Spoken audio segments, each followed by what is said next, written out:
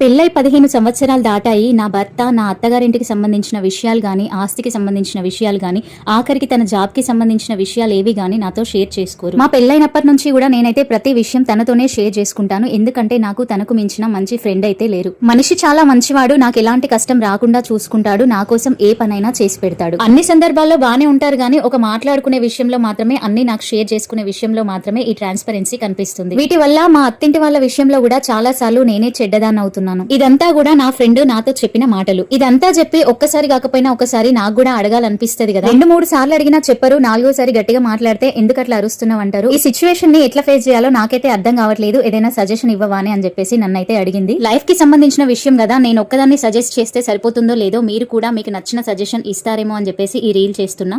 Friends, ఇదంతా విన్నాక అసలు ఏం చేయాలి అనేది తనకైతే తప్పకుండా సజెస్ట్ చేయండి. ఇదైతే తన లైఫ్ కి చాలా అవసరం అండి. మీరు సజెస్ట్ చేయండి. నేనైతే ఈ రీల్ తనకి షేర్ చేస్తాను.